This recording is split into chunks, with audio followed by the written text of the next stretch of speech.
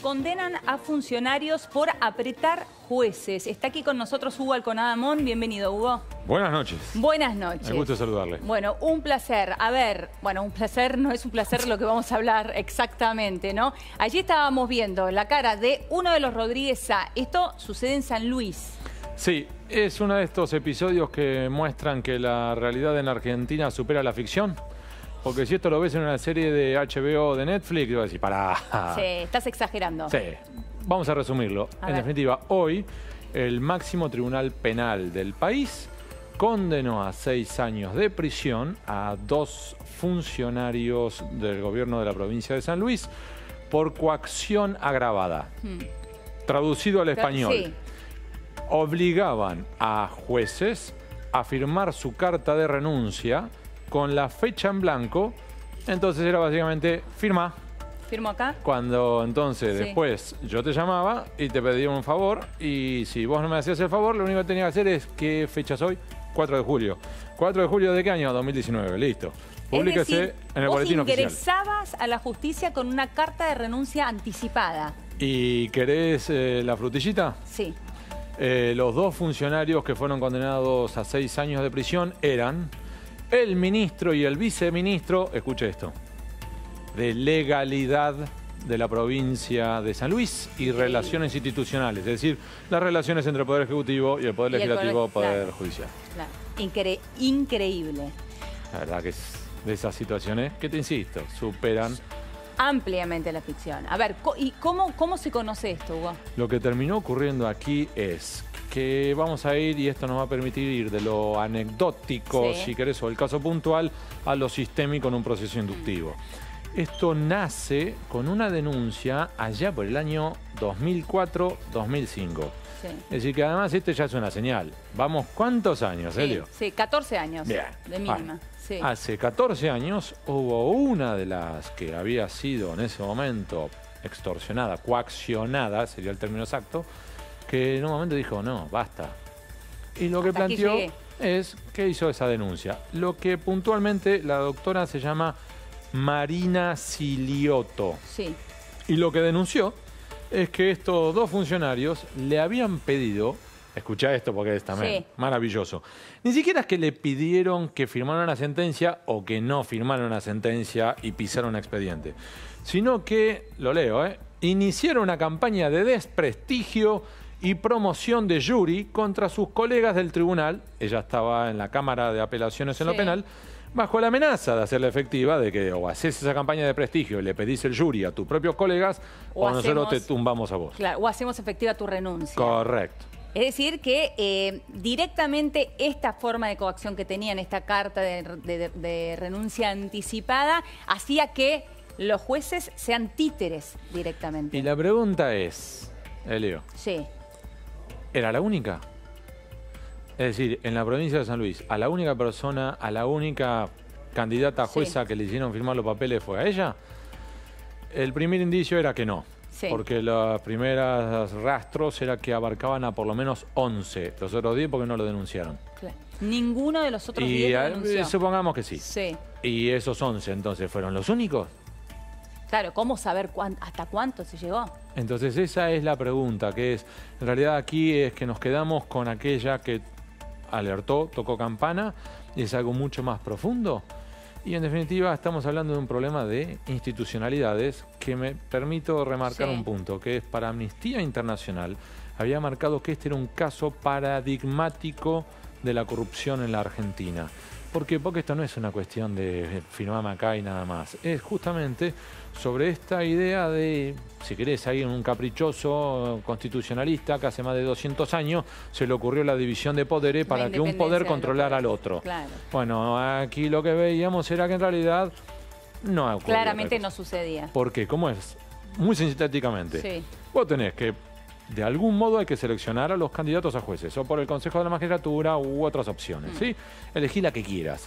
Pero que en definitiva, una vez que ya tenés a tu candidato, a su vez lo que hay que ocurrir en ese momento es que el gobernador, o en el caso a nivel nacional el presidente, tiene que decir, este es bueno, mi de candidato. esta terna elijo uno. Este es mi candidato o mi candidata. Sí. En ese momento lo que se denomina enviar el pliego al Senado, nacional o provincial. Sí. En ese momento, a su vez, el Senado tiene que hacer una última revisión de tus antecedentes, Claro. y si considera que lo tuyo es prolijo, vamos, Y de se todo el aprueba. proceso, ¿no? Y ahí Claro. tiene que volver al Poder Ejecutivo, sea gobernador o presidente, Sí. que firma tu designación, a su vez se publica en el boletín oficial y luego jura, ¿sí? El truco era, en este caso puntual, era cuando ya te habían seleccionado, pero antes de enviar el pliego al Senado, ahí era donde te decían, firmá. Ah, esto sucedía en esa instancia. Vos ya Ese era habías el truco. pasado las etapas La anteriores. primera selección, La primera selección, eras parte de esa terna, te seleccionaba el Ejecutivo, ya sea de San Luis o, bueno, en este caso hablamos de San Luis particularmente, y ahí es cuando te hacían firmar entonces y esta toda carta. esta historia además tuvo un pequeño dato adicional, Elio, que la va complicando. ¿Sabes A cuál ver. fue? Si tenés un problema con la justicia provincial, en la cual decís, mirá, está bajo sospecha que los demás jueces también pueden haber firmado este documento, y ergo, si llegan a investigar al poder de los Rodríguez A su vez también le van a hacer efectiva la Claro, renuncia. claro. Con lo cual, ¿dónde haces la denuncia? Claro. ¿A quién? ¿A quién Terminó, ¿no?, recurrís? en el fuero federal. A su vez, la discusión, ¿era el fuero federal o no el fuero federal el competente para esto? Fue toda una larguísima historia que explica, en parte, por qué tomó más de 14 años, hasta que al fin, hoy, la Cámara de Casación Penal, Sala 4, son los jueces, que no me quiero equivocar, Hornos, Gustavo ¿no? Hornos, Sí. Mariano Borinsky y Javier Carbajo. Ellos, en un fallo dividido, tomaron la decisión de que, en efecto, esto es coacción agravada. Traducido al español, señora, ¿qué significa la coacción agravada? Son dos artículos, los voy a sintetizar en uno solo como para Dale. que se entienda perfecto. Es cuando hay alguien que hiciere uso de amenazas con el propósito de obligarte a hacer o no hacer, es decir, firmame la sentencia, o al revés, pisame el expediente, no firme la sentencia, prefiero que te quedes Sí. quieta, o tolerar algo contra su voluntad, es decir, vos mirá para otro lado. Y esto, a su vez, se agrava la pena si esa presión, ese apriete que tenés, que estás sufriendo, es con el propósito de obtener una medida o concesión por parte de cualquiera de los miembros de los poderes públicos, es decir, alguien que aprieta a un funcionario público. Claro, claro. Y es lo que pasa en este caso. Exacto. Ahora, uno lo primero que piensa cuando ve este caso, que sucedió en una provincia, en San Luis, pero que bueno, terminó definiéndose a nivel federal, como bien explicaste vos recién, es en el juez Ollarvide. Correcto, doctora. Que esa es la pregunta, que es, ¿esto ocurre solamente en una provincia? ¿Esto ocurre en otras provincias? ¿Esto ocurre en la justicia en la Argentina? Que eso, en definitiva, explica por qué el entonces juez federal Norberto Ollarvide siguió ocupando ese cargo, el juzgado federal en lo criminal y correccional federal número 5 de la ciudad de Buenos Aires durante más de 20 años. Claro. Porque, en definitiva, son aquellos magistrados que terminan siendo funcionales al poder. Recordemos un pequeño detalle, ¿no? Porque acá no estamos hablando caprichosamente de Ollarvide por Ollarvide. No, claro, no. Recordemos que en la causa de los cuadernos, cuando se quedó registrado de que este señor habría recibido algún tipo de arreglo, lo convocaron a tribunales. ¿Y recordás la expresión que utilizó Ollarvide cuando quiso defenderse en tribunales? La recuerdo muy bien, me apretaron el cogote, dijo. ¿Cuál es la diferencia de que me apretaron el cogote y me obligaron a firmar mi renuncia con fecha en blanco? Claro, eso es claramente lo que quiso decir. Ahora, si a su vez estamos hablando que en el caso de Ollarvide hay una diferencia en el fuero nacional con el fuero provincial. ¿Cuál en el es? fuero provincial vos podrías decir, mirá, el poder provincial está repartido entre los hermanos Rodríguez A, Sí, Alberto hace y Adolfo, tantos años. prácticamente desde el retorno a la democracia, Sí, o incluso exacto. antes. ¿Sí? Ahora, en el caso del gobierno nacional, lo que tenemos es que desde que Ollarvide es juez, llevamos los gobiernos de Menem, de la Rúa, Sí. Duhalde, Kirchner 1, Kirchner 2, Kirchner 3, y con Macri renunció. Sí. Con lo cual tenemos unos cuantos gobiernos que, en definitiva, este hombre fue sobreviviendo. ¿Qué significa? ¿Que varios lo agarraron del cogote? Es ¿O decir, que esto es sistémico en la justicia argentina? Correcto, una vez más. Está Claro. afiladísima.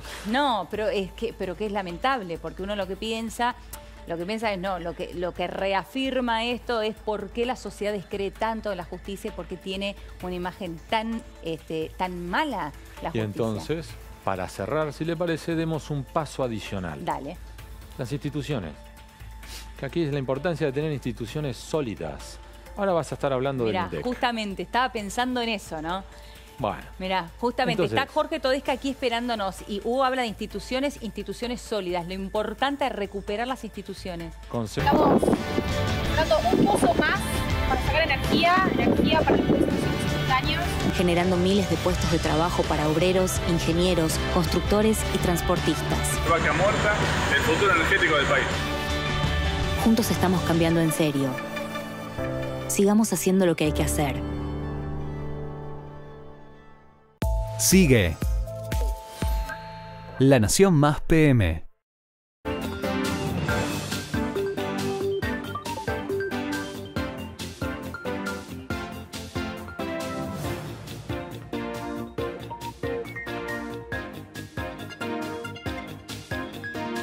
Bien, condenan a funcionarios por apretar jueces. Está aquí con nosotros Hugo Alconadamón. Bienvenido, Hugo. Buenas noches. Buenas noches. Me gusta saludarle. Bueno, un placer. A ver, bueno, un placer, no es un placer lo que vamos a hablar exactamente, ¿no? Allí estábamos viendo la cara de uno de los Rodríguez Sá. Esto sucede en San Luis. Sí, es uno de estos episodios que muestran que la realidad en Argentina supera la ficción. Porque si esto lo ves en una serie de HBO o de Netflix, te vas a decir, pará. Sí, estás exagerando. Sí, vamos a resumirlo. En definitiva, hoy el máximo tribunal penal del país condenó a 6 años de prisión a 2 funcionarios del gobierno de la provincia de San Luis por coacción agravada. Traducido al español, Sí. obligaban a jueces a firmar su carta de renuncia con la fecha en blanco. Entonces era básicamente firma. ¿Firmo acá? Cuando entonces Sí. después yo te llamaba y te pedía un favor, y si vos no me hacías el favor, lo único que tenía que hacer es ¿qué fecha soy? 4 de julio. ¿4 de julio de qué año? 2019, listo. Publíquese Es decir, en el boletín oficial. vos ingresabas a la justicia con una carta de renuncia anticipada. ¿Y querés la frutillita? Sí. Los 2 funcionarios que fueron condenados a 6 años de prisión eran el ministro y el viceministro, escuche esto, de legalidad de la provincia de San Luis y relaciones institucionales, es decir, las relaciones entre el Poder Ejecutivo y el Poder Legislativo, Poder claro. Judicial. Claro. Increíble. La verdad que es de esas situaciones que, te insisto, superan. Ampliamente la ficción. A ver, ¿y cómo se conoce esto, Hugo? Lo que terminó ocurriendo aquí es que vamos a ir, y esto nos va a permitir ir de lo anecdótico, Sí. si querés, o el caso puntual, a lo sistémico en un proceso inductivo. Esto nace con una denuncia allá por el año 2004-2005. Sí. Es decir, que además este ya es una señal. Vamos, ¿cuántos años, Elio? Sí, 14 años Bien. de mínima. Bueno, Sí. hace 14 años hubo una de las que había sido en ese momento extorsionada, coaccionada, sería el término exacto, que en un momento dijo, no, basta. Y lo que Hasta aquí planteó llegué. es que hizo esa denuncia. Lo que puntualmente la doctora se llama Marina Siliotto. Sí. Y lo que denunció es que estos 2 funcionarios le habían pedido, escuchá esto porque es también Sí. maravilloso, ni siquiera es que le pidieron que firmara una sentencia o que no firmara una sentencia y pisara un expediente, sino que, lo leo, iniciaron una campaña de desprestigio y promoción de jury contra sus colegas del tribunal. Ella estaba en la Cámara de Apelaciones en lo Sí. penal, bajo la amenaza de hacerla efectiva de que o haces esa campaña de prestigio y le pedís el jury a tus propios colegas O o nosotros te hacemos- tumbamos a vos. Claro, o hacemos efectiva tu renuncia. Correcto. Es decir, que directamente esta forma de coacción que tenían, esta carta de renuncia anticipada, hacía que los jueces sean títeres directamente. Y la pregunta es, Elio, Sí. ¿era la única?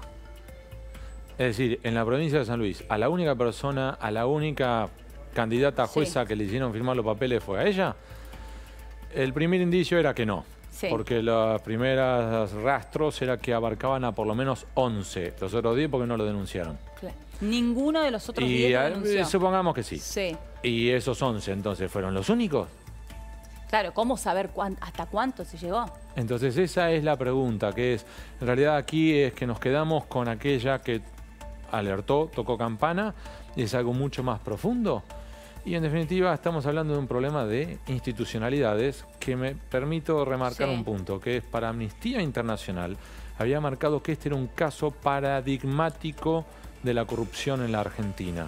¿Por qué? Porque esto no es una cuestión de firmarme acá y nada más. Es justamente sobre esta idea de, si querés, ahí en un caprichoso constitucionalista que hace más de 200 años se le ocurrió la división de poderes para que un poder controlara al otro. Claro. Bueno, aquí lo que veíamos era que en realidad no ocurrió. Claramente no sucedía. ¿Por qué? ¿Cómo es?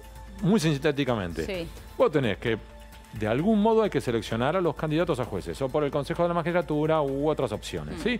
Elegí la que quieras. Sí. Pero que en definitiva, una vez que ya tenés a tu candidato, a su vez lo que hay que ocurrir en ese momento es que el gobernador, o en el caso a nivel nacional el presidente, tiene que decir, este es mi candidato. De esta terna elijo uno. Este es mi candidato o mi candidata. Sí. En ese momento lo que se denomina enviar el pliego al Senado, nacional o provincial. Sí. En ese momento, a su vez, el Senado tiene que hacer una última revisión de tus antecedentes, Claro. y si considera que lo tuyo es prolijo, vamos, Y de se todo el aprueba. proceso, ¿no? Y ahí Claro. tiene que volver al Poder Ejecutivo, sea gobernador o presidente, Sí. que firma tu designación, a su vez se publica en el boletín oficial y luego jura, ¿sí? El truco era, en este caso puntual, era cuando ya te habían seleccionado, pero antes de enviar el pliego al Senado, ahí era donde te decían, firmá. Ah, esto sucedía en esa instancia. Vos ya Ese era habías el truco. pasado las etapas La anteriores. primera selección, La primera selección, eras parte de esa terna, te seleccionaba el Ejecutivo, ya sea de San Luis o, en este caso hablamos de San Luis particularmente, y ahí es cuando te hacían firmar entonces y esta toda carta. esta historia además tuvo un pequeño dato adicional, Elio, que la va complicando. ¿Sabes A cuál ver. fue? Si tenés un problema con la justicia provincial, en la cual decís, mirá, está bajo sospecha que los demás jueces también pueden haber firmado este documento, y ergo, si llegan a investigar al poder de los Rodríguez A su vez también le van a hacer efectiva la Claro, renuncia. claro. Con lo cual, ¿dónde haces la denuncia? Claro. ¿A quién? ¿A quién Terminó, ¿no?, recurrís? en el fuero federal. A su vez, la discusión, ¿era el fuero federal o no el fuero federal el competente para esto? Fue toda una larguísima historia que explica, en parte, por qué tomó más de 14 años, hasta que al fin, hoy, la Cámara de Casación Penal, Sala 4, son los jueces, que no me quiero equivocar, Hornos, Gustavo ¿no? Hornos, Sí. Mariano Borinsky y Javier Carbajo. Ellos, en un fallo dividido, tomaron la decisión de que, en efecto, esto es coacción agravada. Traducido al español, señora, ¿qué significa la coacción agravada? Son dos artículos, los voy a sintetizar en uno solo como para que Dale. se entienda perfecto. Es cuando hay alguien que hiciere uso de amenazas con el propósito de obligarte a hacer o no hacer, es decir, firmame la sentencia, o al revés, pisame el expediente, no firme la sentencia, prefiero que te quedes Sí. quieta, o tolerar algo contra su voluntad, es decir, vos mirá para otro lado.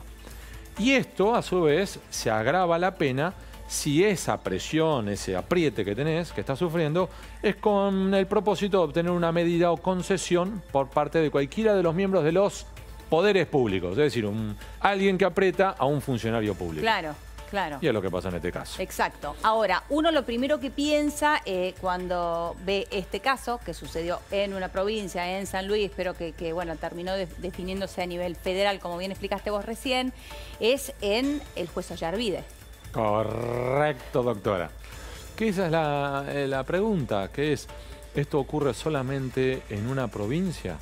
¿Esto ocurre en otras provincias? ¿Esto ocurre en la justicia en la Argentina? Que eso, en definitiva, explica por qué el entonces juez federal Norberto Ollarvide siguió ocupando ese cargo, el juzgado federal en lo criminal y correccional federal número 5 de la ciudad de Buenos Aires durante más de 20 años. Claro. Porque, en definitiva, son aquellos magistrados que terminan siendo funcionales al poder. Recordemos un pequeño detalle, ¿no? Porque acá no estamos hablando caprichosamente de Ollarvide por Ollarvide. No, claro, no. Recordemos que en la causa de los cuadernos, cuando se quedó registrado de que este señor habría recibido algún tipo de arreglo, lo convocaron a tribunales. ¿Y recordás la expresión que utilizó Ollarvide cuando quiso defenderse en tribunales? La recuerdo muy bien, me apretaron el cogote, dijo. ¿Cuál es la diferencia de que me apretaron el cogote y me obligaron a firmar mi renuncia con fecha en blanco? Claro, eso es claramente lo que quiso decir. Ahora, si a su vez estamos hablando que en el caso de Ollarvide hay una diferencia en el fuero nacional con el fuero provincial. ¿Cuál en el es? fuero provincial vos podrías decir, mirá, el poder provincial está repartido entre los hermanos Rodríguez A, Sí, Alberto hace y Adolfo, tantos años. prácticamente desde el retorno a la democracia, Sí, o incluso exacto. antes. ¿Sí? Ahora, en el caso del gobierno nacional, lo que tenemos es que desde que Ollarvide es juez, llevamos los gobiernos de Menem, de la Rúa, Sí. Duhalde, Kirchner 1, Kirchner 2, Kirchner 3 y con Macri renunció. Sí. Con lo cual tenemos unos cuantos gobiernos que en definitiva este hombre fue sobreviviendo. ¿Qué significa? Que varios lo agarraron del cogote.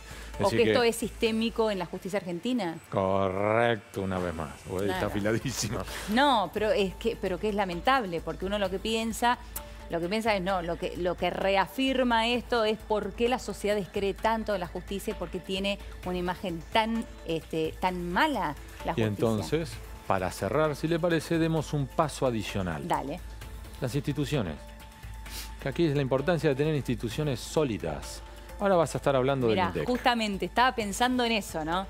Bueno, Mirá, justamente, Entonces- está Jorge Todesca aquí esperándonos y Hugo habla de instituciones sólidas. Lo importante es recuperar las instituciones. Consejo Sí. Defensoría del Pueblo de la Nación. Recordemos que la Defensoría del Pueblo de la Nación sigue vacante. Está vacante desde el año 2009. Ejemplo, mínimo. Sí. Podemos estar hablando del INDEC, podemos hablar de la Oficina Anticorrupción, podemos hablar de la Procuraduría de Investigación. Sí. Defensoría del Pueblo de la Nación. Recordemos que la Defensoría del Pueblo de la Nación sigue vacante. Está vacante desde el año 2009. Ejemplo, mínimo. Sí. Podemos estar hablando del INDEC, podemos hablar de la Oficina Anticorrupción, podemos hablar de la Procuraduría de Investigación. Este año estaba vacante. Sí. Es decir, hay instituciones que sirven justamente como estructura